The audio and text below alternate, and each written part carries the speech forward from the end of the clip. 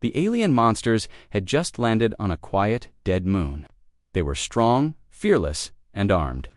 They laughed as they set up their camp, thinking no creature would dare challenge them here. But 1 hour later, a scream broke the silence short, and sharp. The others ran toward the sound. What they found made even the toughest of them freeze. One of their own was ripped apart. No sound of a fight, no tracks, no scent, just a body, ... Destroyed, the commander looked around with cold eyes. This wasn't prey, he said. This was something smarter. They searched the area with scanners and heat sensors. Nothing moved. No life, no sign of an enemy. The monsters growled in frustration. How could something kill one of them and leave no trace?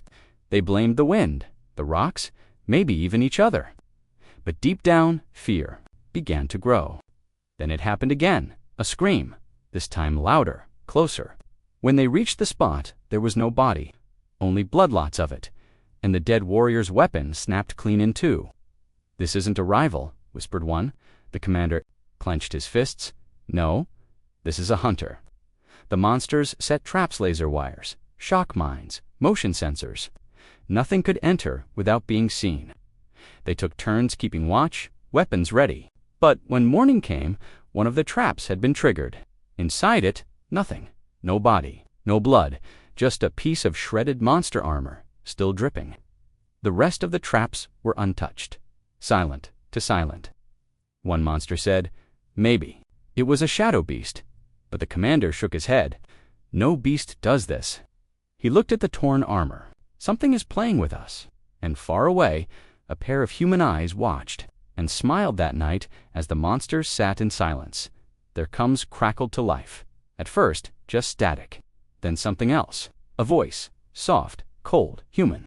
The sound vanished as fast as it came. The monsters stared at each other. One slammed his fist into the ground. "Who did that?" No one answered. They scanned the signal. It wasn't from orbit. It came from nearby too close. The youngest warrior asked, "Could it be human?" The others laughed. "Humans are weak," one said. But the commander stayed quiet. His eyes narrowed. He had fought humans before, and they weren't laughing. Then the wind was still. The shadows didn't move. Then, without warning, the camp lights flickered on, died. In that moment of darkness, something entered. Silent, fast, deadly. When the lights came back on, two monsters were lying on the ground, their throats cut clean. No alarms had gone off. No one saw anything. But one warrior pointed, shaking. There, on the ridge, a small figure stood watching, 2 legs, light armor, holding a long blade. A human.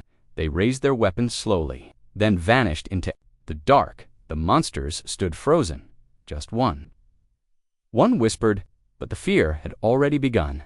These monsters had crushed worlds, burned cities, and hunted entire species.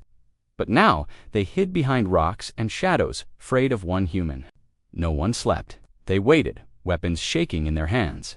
At dawn, they found another body, this time strung up above the camp, hanging like a warning. Carved into the armor was a message, written in blood. "This is for Earth." The commander's face turned dark. He remembered Earth. He remembered the screams, the fire, the humans begging. They had left none alive, at least they thought so. Now, something from that nightmare had returned. Long ago, the monsters attacked a human colony.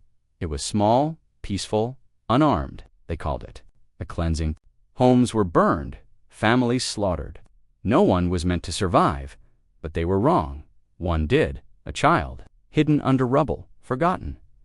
That child grew up with nothing but hate in his heart, trained in silence, learned to hunt, learned to kill, and now he had found them. The monster commander stared at the blood-written message again. "This is for Earth," he whispered. "He's not just hunting us. He's bringing justice." And somewhere in the shadows, the human loaded his blade. The monsters knew they had to escape. Their ship was hidden deep in the cliffs, but reaching it meant crossing open ground. That meant risk, too much risk.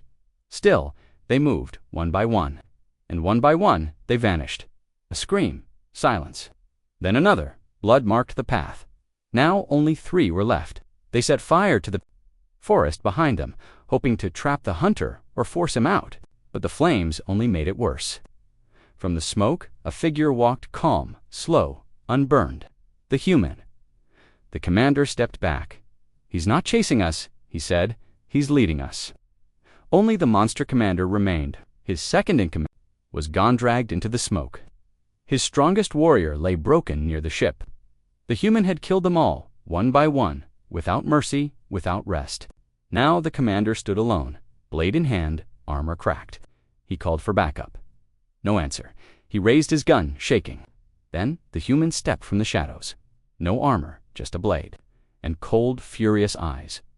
"Why?" the monster growled. The human spoke softly. "You burned my home." They charged. Steel clashed. Only one scream echoed across the rocks. Then the forest was silent again. The rescue team arrived 2 days later. They found the monster camp burned to ash. No bodies, no survivors, just silence and blood. Scorch. Marks told of a battle, but there were no signs of who had one. Only one thing remained carved into a piece of scorched metal, nailed to a broken flagpole. One human is enough. The commander of the rescue team stared at it, his claws trembling. "Who could do this?" he whispered. Behind him, a young soldier muttered, "Not who." What? And far above, a lone human ship vanished into the stars, mission complete.